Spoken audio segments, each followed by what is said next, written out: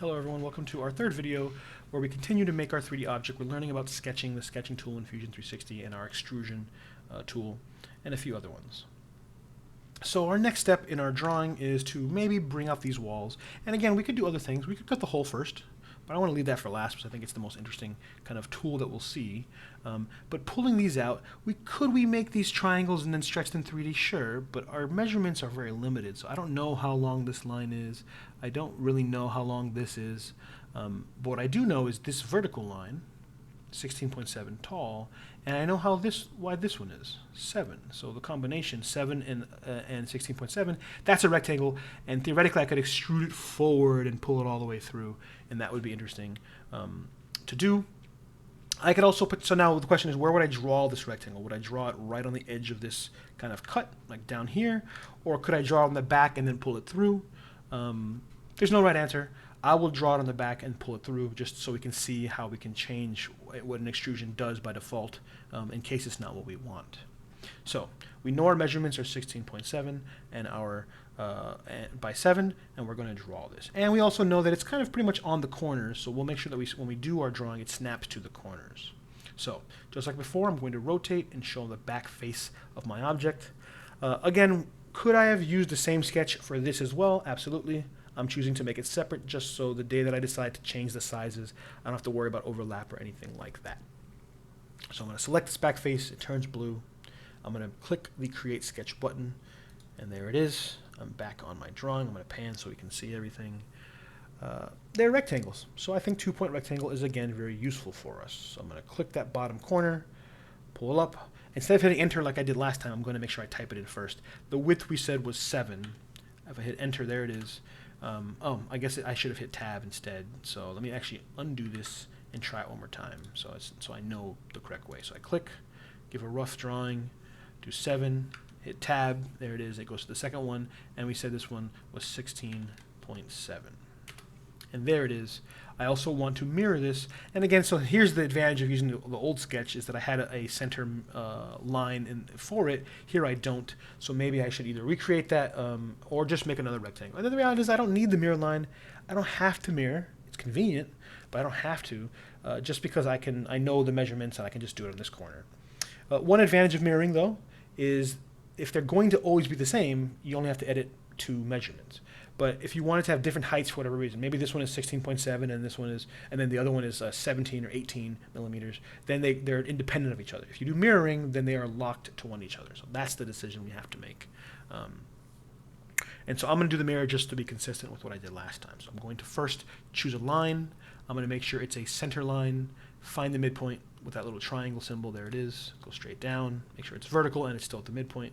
There it is. I'm done with my line. I'm going to hit Escape, and I'm going to mirror these 4 lines. So I'm going to find the mirror button in my Create menu. There it is. Select it. It already knows my mirror line just because it's the only one that's visible, so it's definitely smart enough to figure that out. And I'll simply select the 4 lines. And you could argue, you know what, maybe you don't really need all 4 lines because these 2 lines are basically the lines of the shape. So it would probably recognize this as a closed shape anyway, but I'll select all 4 because that's what I'm used to. So I'm going to click OK. There's the mirroring. You can see it's mirrored along this line.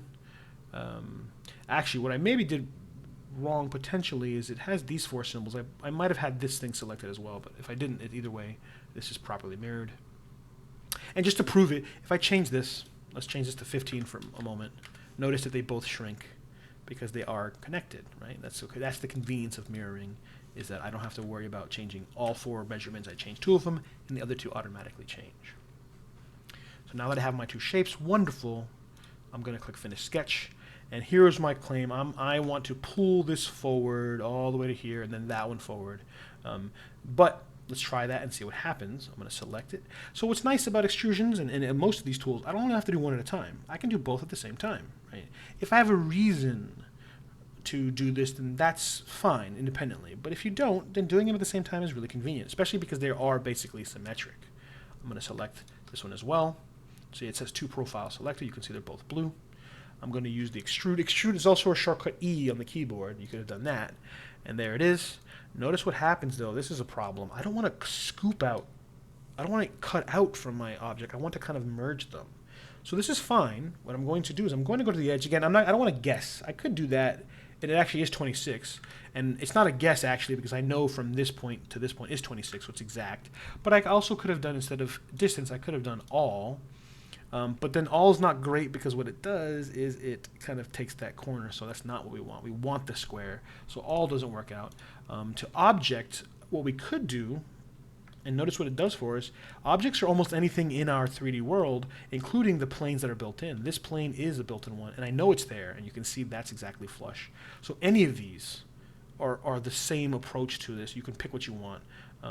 In fact, I prefer, because I know the measurement, to use distance, and it is in fact 26.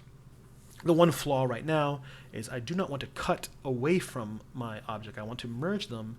So the operation, again, by default, it thinks, okay, well, if they're pulling through a shape, they must be wanting to scoop out stuff. But we can change that pretty easily. And I want to do, and notice it gives us a lot of options: join, new body, intersect.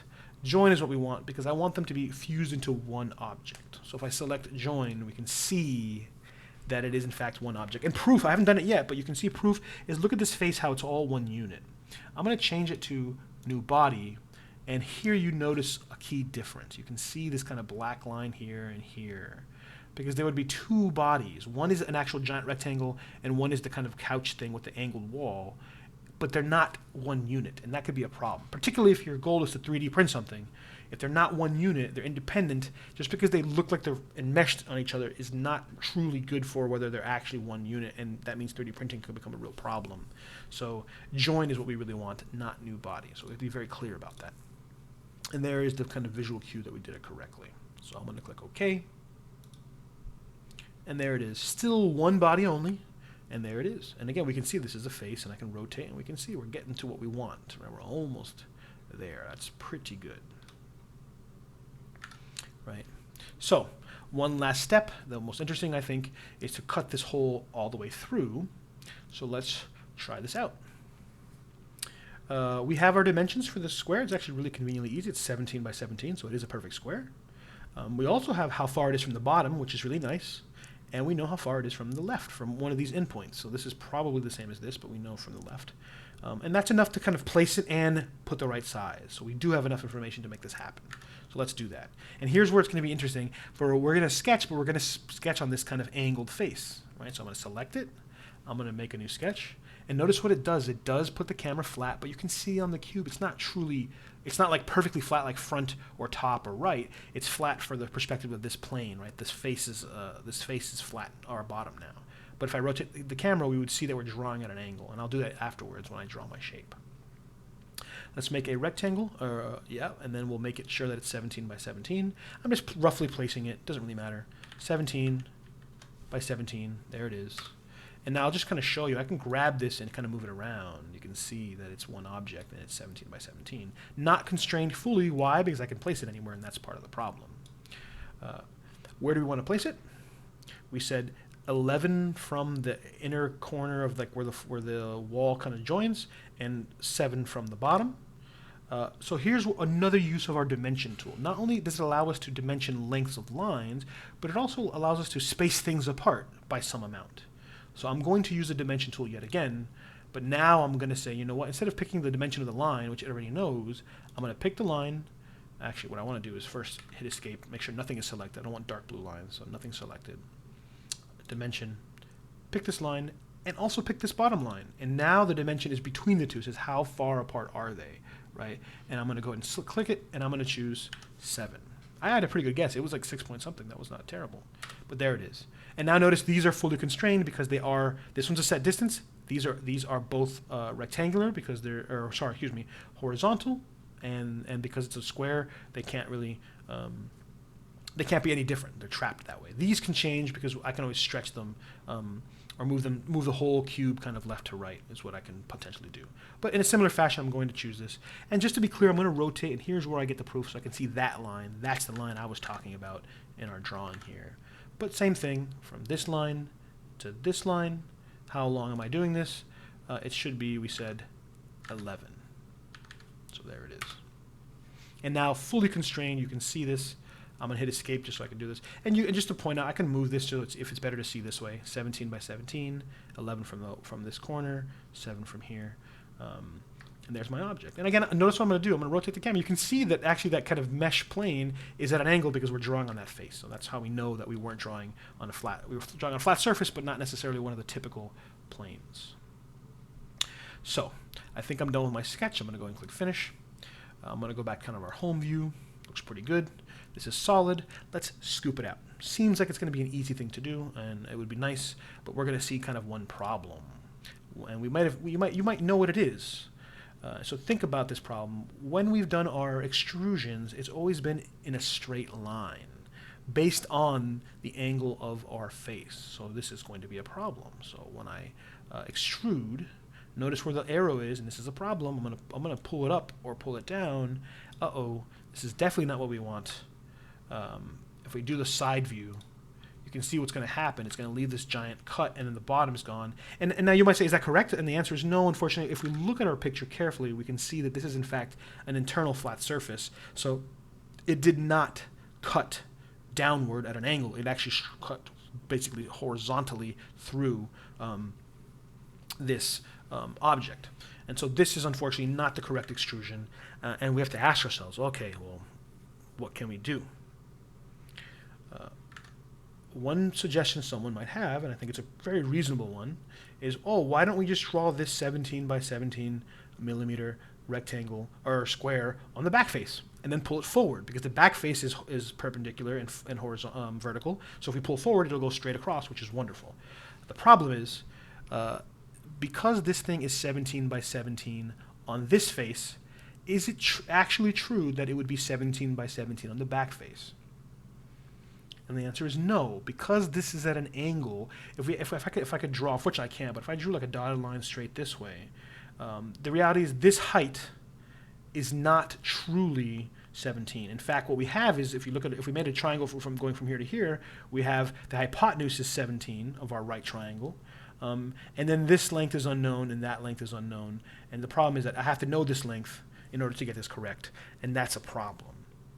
Because of the angle of the face, it's not true that the square on the other side would be exactly 17.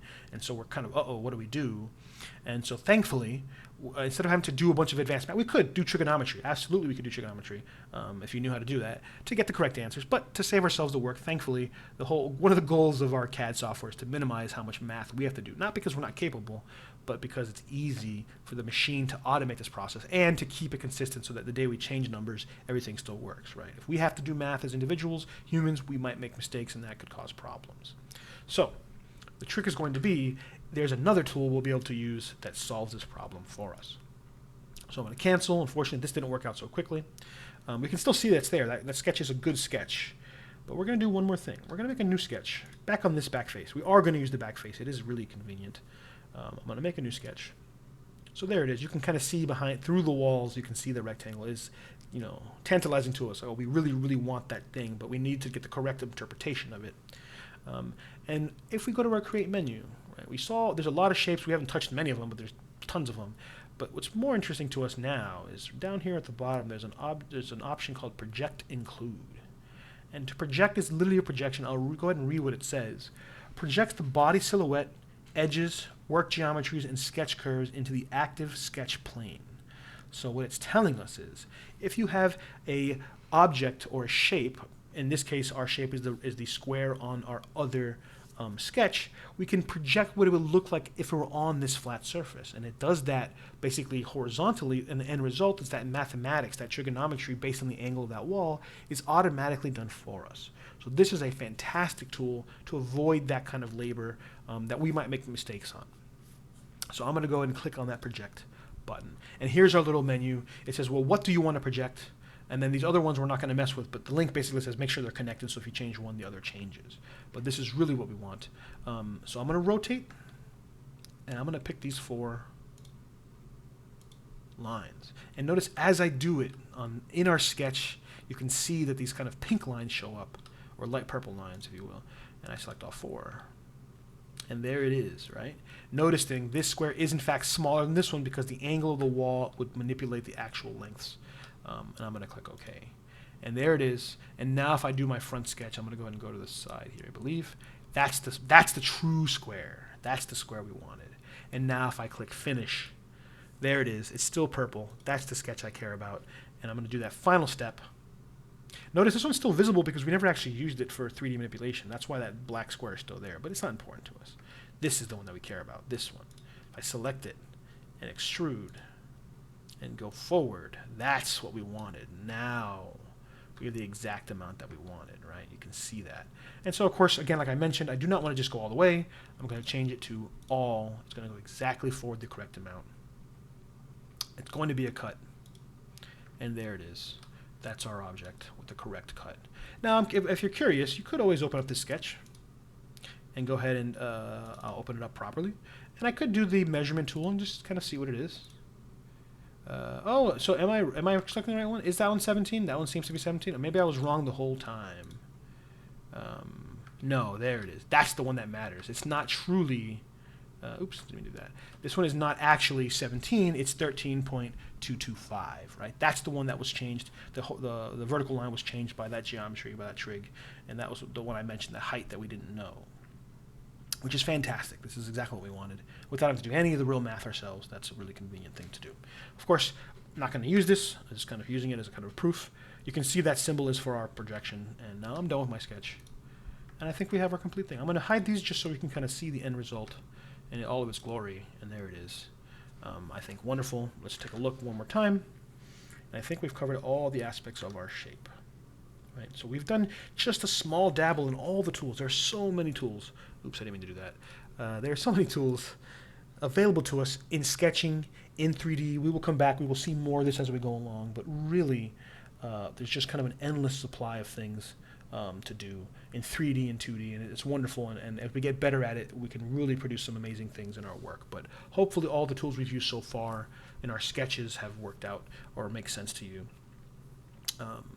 for use. I'll see you in the next video.